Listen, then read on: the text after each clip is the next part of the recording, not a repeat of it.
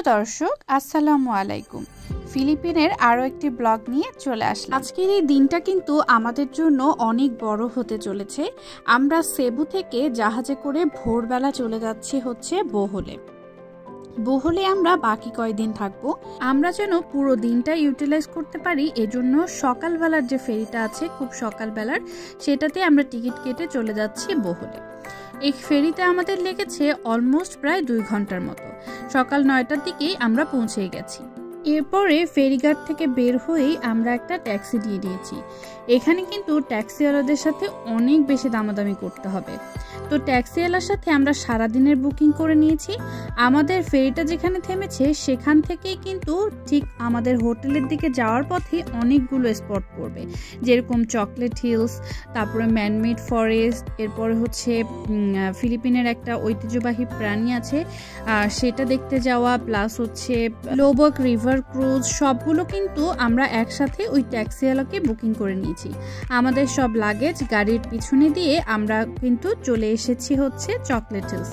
আর আজকে প্রচণ্ড গরম, তো এই উঠতে আমাদের অবস্থা খারাপ, কিন্তু চকলেট হিলস দেখে আসলে চোখকে বিশ্বাস করতে পারছিলাম না। পুরো ছবির মতো সুন্দর এবং খুবই ভালো লাগছিল এটা দেখতে, কিন্তু অনেক গরম। তো এই প্ল্যাটফর্মে মানুষজন আসলে টিকতে পারতেছিল না। ইভেন আমি ওঠার পথে যে গ্রিলের হাতলটা আছে যেটা ধরে ধরে সিঁড়িতে উঠে, সেখানে আমার হাত পড়েছিল এবং আমার হাত পুড়ে গেছে, এতটা গরম ছিল হচ্ছে এই চকলেট হিলের এখানে। তো যাই হোক, খুব সুন্দরও লাগছিল। তো আমরা মোটামুটি 10 থেকে 15 মিনিটের মতো মনে হয় ছিলাম। তারপরে আমরা আস্তে আস্তে নিচে নেমে গেছি, কারণ এখানে আসলে গরমে থাকা যাচ্ছিল না। কিন্তু এটা চোখে দেখতে যে কি ভালো লাগছিল, অসম্ভব সুন্দর। দেন আমরা চকলেট হিলস থেকে আসলে বের হয়ে যাই, কারণ এখানে আসলে অনেক গরম ছিল। তো এখানে আসলে আমাদের ড্রাইভারে নিয়ে এসেছে এই জায়গাটার, আমি আসলে জানতাম না। তো উনি বললো যে যাওয়ার পথে এটা পড়বে। খুব ছোট একটা জায়গা, কিছু ওয়াইল্ড অ্যানিমেল দেখতে পারবো এখানে। তো আমরা চলে আসলাম, এখন আমরা আস্তে আস্তে যাচ্ছি। টিকিট খুব বেশি না, যেতে যেতে এই মিউজিকটা কিন্তু আমরা ভীষণ উপভোগ করছিলাম।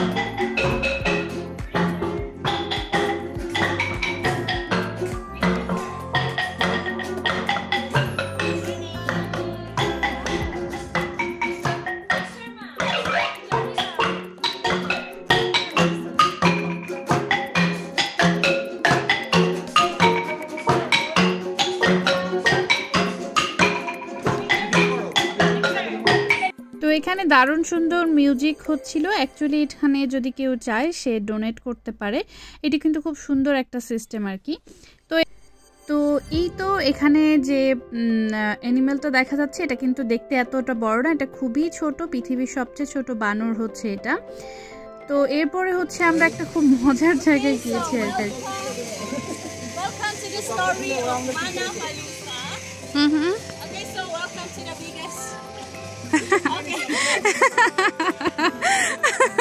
Okay, so by the way, she's a lesbian.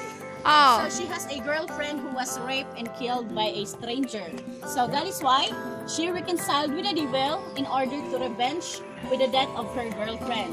So her goal is to cut the boy's private part and put it on her girlfriend's tomb for revenge. তো ভীষণ ফানি স্টোরি, তো ওরা এটাকে বিশ্বাস করে আসলে। তো এরপরে হচ্ছে আমরা চলে যাচ্ছিলাম একটু ভিতরের দিকে। তো এখানে কিন্তু আসলে সাপও আছে, আপনারা চাইলে সাপের সাথে ছবি তুলতে পারবেন। তো এরপরে আসলে আমরা আগাচ্ছিলাম সুগার গ্লাইডার দেখার জন্য। ওটাতে আমরা বেশি এক্সাইটেড, কারণ এই অ্যানিমেলটাকে আমরা কখনো আগে দেখিনি। তো যাই হোক, এখানে যাওয়ার পরে এটা খুব সুন্দর ছোট্ট একটা অ্যানিমেল হাতের মধ্যে দিয়েছে, এবং এরা ট্রেন আপ আর কি, একটা শীষ দিলেই কি সুন্দর চলে আসছিল।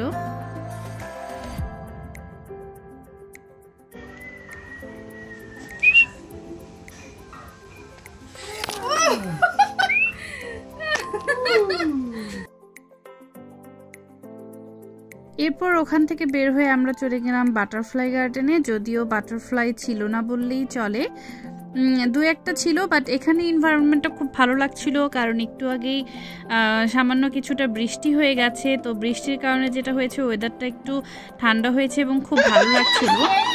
Don't be scared, it's okay. Don't be scared. How about the two of you, sir? The two of you. Yeah. এরপরে আমার জামাই যেটা করলো, আমাকে বললো যে সাপের সাথে ছবি তুলতে।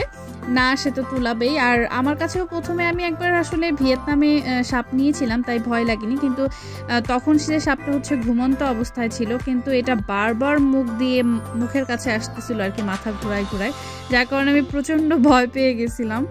এরপরে আমার জামাইয়ের হঠাৎ করে আজকে মনে হলো সে ঘোড়ার পিঠে উঠবে, তো যাই হোক সে কিছুক্ষণ ঘোড়ার পিঠে উঠে প্রচণ্ড ভয়ে ভয়ে আর কি ঘোড়া চালাচ্ছিল। তো তারপর আসলে এখান থেকে আমরা বের হয়ে যাই, এখানে ওইভাবে কিছু নেই। আর আমাদের যেহেতু শিডিউলে হচ্ছে আরও অনেক জায়গা আছে যেগুলোতে আমাদেরকে আজকেই কাভার করতে হবে, তাই আমরা খুব তাড়াতাড়ি চলে যাচ্ছিলাম।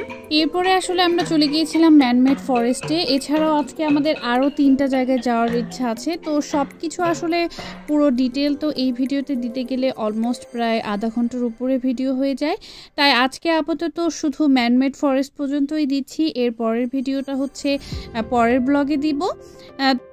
তো এই পুরো বাগানটাই করা হয়েছে হচ্ছে মেহগনি গাছ দিয়ে।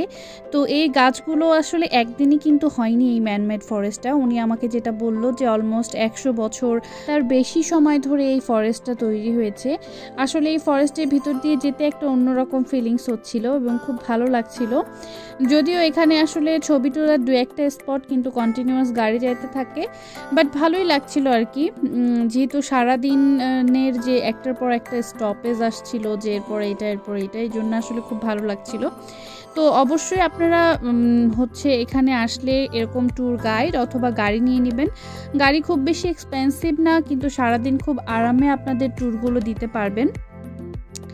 তো এই তো আজকের ভিডিও এখানেই শেষ করছি। এর পরের ভিডিওতে আরও অনেক এক্সাইটেড জিনিস থাকবে, তো অবশ্যই কিন্তু জানাবেন যে ভিডিওগুলো কেমন লাগছে এবং আমাদের ফিলিপিনের ব্লগগুলো আপনাদের কেমন লাগছে সেটাও কিন্তু আমাদেরকে জানাবেন।